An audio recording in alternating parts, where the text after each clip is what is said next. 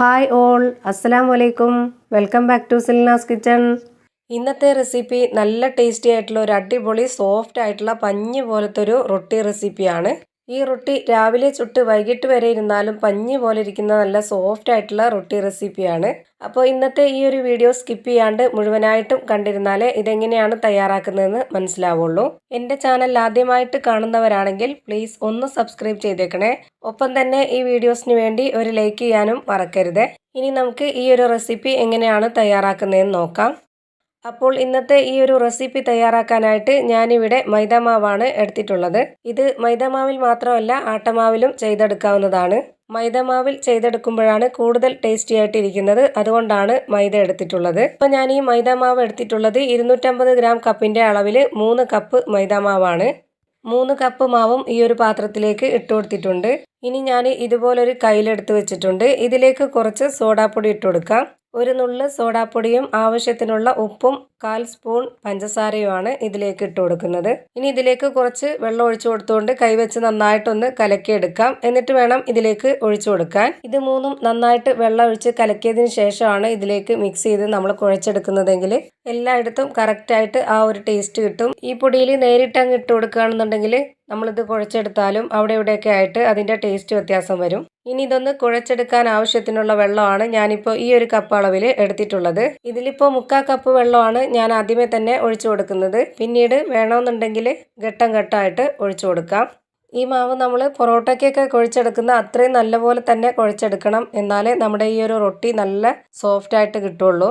ഇനി നേരത്തെ നമ്മൾ എടുത്തിട്ടുള്ള ആ ഒരു കപ്പിലെ വെള്ളം കുറച്ചുകൂടി ഒഴിച്ചു കൊടുക്കുന്നുണ്ട്. വെള്ളം ഒരല്പം മാത്രം ബാക്കി വെച്ചിട്ട് വീണ്ടും ഇത് നന്നായിട്ടൊന്ന് കുഴച്ചെടുക്കാം.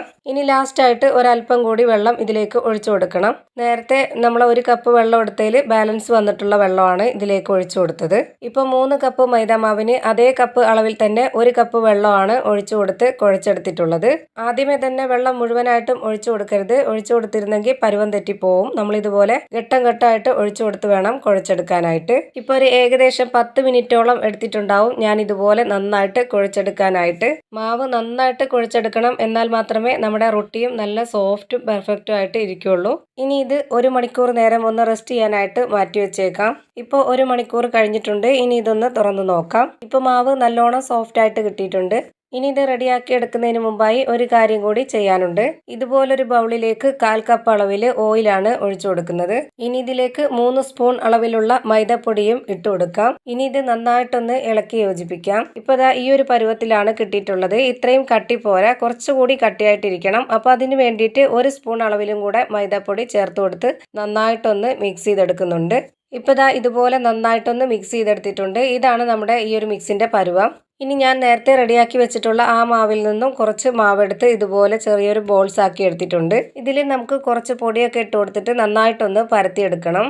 ഇതേ വലിപ്പത്തിലുള്ള ബോൾസ് ആക്കി എല്ലാ മാവും മാറ്റിയിട്ട് ഇതുപോലെ ഓരോ മാവെടുത്ത് നന്നായിട്ടൊന്ന് പരത്തിയെടുക്കാം. ഇനി നേരത്തെ റെഡിയാക്കി എടുത്തിട്ടുള്ള ആ ഒരു ഓയിലിൻ്റെ മിക്സ് ഇതിലേക്ക് ഒഴിച്ചു കൊടുക്കാം. എന്നിട്ട് എല്ലാ ഭാഗത്തും നന്നായിട്ടൊന്ന് സ്പ്രെഡ് ആക്കി കൊടുക്കുന്നുണ്ട്. ഇനി ഞാൻ ഈ മാവിൻ്റെ നടുക്ക് ഒരു ഗ്ലാസ് വെച്ച് കൊടുത്തിട്ട് ഇതുപോലെ ഒന്ന് കട്ട് ചെയ്തെടുക്കുന്നുണ്ട്. ഇതുപോലെ കട്ട് ചെയ്തെടുത്തതിന് ശേഷം ഗ്ലാസ് മാറ്റിയിട്ട് ഇതേപോലെ ഓരോ അറ്റവും നമുക്ക് ഇതുപോലെ ഒന്ന് മടക്കി കൊടുക്കാം. ഇതുപോലെ വെച്ച് കൊടുത്തതിന് ശേഷം ഇതിൻ്റെ അടിഭാഗത്തോട്ട് ഇതുപോലെ ഒന്ന് തിരികെ വെച്ച് കൊടുക്കുക. ഇതുപോലെ മാവ് നന്നായിട്ടൊന്ന് ഒതുക്കി വെച്ചതിന് ശേഷം നല്ലപോലെ വീണ്ടും ഒന്ന് പരത്തിയെടുക്കാം. ഒരുപാട് നന്നായിട്ട് പ്രസ് ചെയ്യാതെ നമുക്കിത് നല്ലപോലെ തന്നെ തിരിച്ചും മറിച്ചും ഇട്ടൊന്ന് പരത്തിയെടുക്കാം. ഇതുപോലെ ചെയ്തെടുത്തത് നല്ല ലെയറോട് കൂടിയിട്ടുള്ള നല്ല സോഫ്റ്റ് ആയിട്ടുള്ള ഒരു റൊട്ടി കിട്ടാനാണ്. നമ്മുടെ ആ ഒരു ഓയിൽ മിക്സും ഇതുപോലെ കട്ട് ചെയ്ത് മടക്കിയതിന് ശേഷം നമ്മൾ പരത്തി കൊടുത്തതും എല്ലാം കൂടി ആകുമ്പോഴത്തേക്ക് നല്ല സോഫ്റ്റ് ആയിട്ടുള്ള പഞ്ഞി പോലത്തെ ഒരു റൊട്ടിയാണ് കിട്ടുന്നത്. ഇപ്പോൾ ഞാൻ പരത്തിയെടുത്ത മാവ് ചൂടായ പാനിലേക്ക് ഇട്ട് കൊടുത്തിട്ടുണ്ട്. എണ്ണ ഒന്ന് സ്പ്രെഡ് ചെയ്തെടുത്തതിന് ശേഷമാണ് ഈ മാവ് ഇട്ട് കൊടുത്തത്. മാവ് ഇട്ട് കൊടുത്തതിന് ശേഷം നന്നായിട്ടൊന്ന് ചൂടായി വരുമ്പോഴത്തേക്കും ഇതിലേക്ക് 1 സ്പൂൺ ഓയിൽ ഒഴിച്ചു കൊടുക്കാം. ഇനി നന്നായിട്ടൊന്ന് സ്പ്രെഡ് ചെയ്ത് കൊടുക്കുന്നുണ്ട്. ഇനി ഇത് ലോ ടു മീഡിയം ഫ്ലെയിമിലിട്ടിട്ട് വേണം നല്ലപോലെ വേവിച്ചെടുക്കാൻ. ഇതിൻ്റെ ഉള്ളൊക്കെ നന്നായിട്ട് വെന്ത് വരണമെന്നുണ്ടെങ്കിൽ, നല്ല ലെയറായിട്ട് കിട്ടണമെന്നുണ്ടെങ്കിൽ ഇത്തിരി സമയം എടുത്തിട്ട് വേണം ഇത് വേവിച്ചെടുക്കാനായിട്ട്. ഇപ്പോൾ ഇതിൻ്റെ ഒരു ഭാഗം വെന്തിട്ടുണ്ട്. ഇനി ഇത് നമുക്ക് തിരിച്ചിട്ട് കൊടുക്കാം. ഇത് ഒരുപാടൊന്നും പൊള്ളി വരുമൊന്നുമില്ല, എന്നാലും അത്യാവശ്യം നല്ല രീതിയിൽ പൊള്ളി വരുന്നുണ്ട്.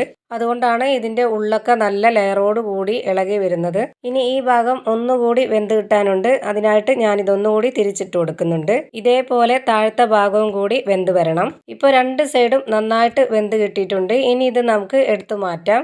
ഇനി ഇത് ചൂടോടെ തന്നെ കൗണ്ടർ ടോപ്പിലേക്കോ അല്ലാന്നുണ്ടെങ്കിൽ പരന്ന പാത്രത്തിലേക്കോ ബോർഡിലേക്കോ വെച്ച് കൊടുത്ത് നന്നായിട്ട് പൊറോട്ടയൊക്കെ അടിച്ചെടുക്കുന്ന പോലെ ഒന്ന് അടിച്ചെടുക്കണം. ഇതേപോലെ തന്നെ എല്ലാ മാവിലും ചുട്ട ഉടനെ തന്നെ ഇതുപോലെ അടിച്ച് റെഡിയാക്കി വെച്ചിട്ടുണ്ട്. ഇത് നിങ്ങൾക്ക് കാണുമ്പോൾ തന്നെ അറിയാൻ പറ്റും എത്രത്തോളം നല്ല സോഫ്റ്റ് ആയിട്ടുള്ള ലെയർ ആയിട്ടുള്ള റൊട്ടിയാണ് റെഡിയായി കിട്ടിയിട്ടുള്ളതെന്ന്. നല്ല പഞ്ഞി പോലത്തെ പൂ പോലത്തെ നല്ലൊരു റൊട്ടി റെസിപ്പിയാണ് റെഡിയായി കിട്ടിയിട്ടുള്ളത്. കടലക്കറിയുടെ കൂടെയോ ഇറച്ചിക്കറിയുടെ കൂടെയോ ഏത് കറിയുടെ കൂടെ വേണമെങ്കിലും കഴിക്കാൻ പറ്റുന്ന നല്ലൊരു റൊട്ടി റെസിപ്പിയാണിത്. തീർച്ചയായിട്ടും ഒരു തവണയെങ്കിലും ഒന്ന് ട്രൈ ചെയ്ത് നോക്കണം. നിങ്ങൾക്ക് എല്ലാവർക്കും നല്ല ഇഷ്ടമാവും. എത്ര കഴിച്ചാലും മതിയാവില്ല. അപ്പോൾ ഇത്രയേ ഉള്ളൂ എൻ്റെ ഇന്നത്തെ റെസിപ്പി ഇഷ്ടമായാൽ ലൈക്ക് ചെയ്യാനും കമൻറ്റ് ചെയ്യാനും ഷെയർ ചെയ്യാനും മറക്കരുത്. ഞാനിടുന്ന പുതിയ വീഡിയോസ് നോട്ടിഫിക്കേഷനായിട്ട് കിട്ടുന്നതിന് വേണ്ടി സബ്സ്ക്രൈബ് ചെയ്ത് ബെല്ലൈക്കൺ അമർത്തി അതിൽ ഓൾ എന്ന ഓപ്ഷൻ കൊടുക്കാനും മറക്കരുത്. പുതിയൊരു വീഡിയോയുമായി വീണ്ടും വരും. Thank you for watching.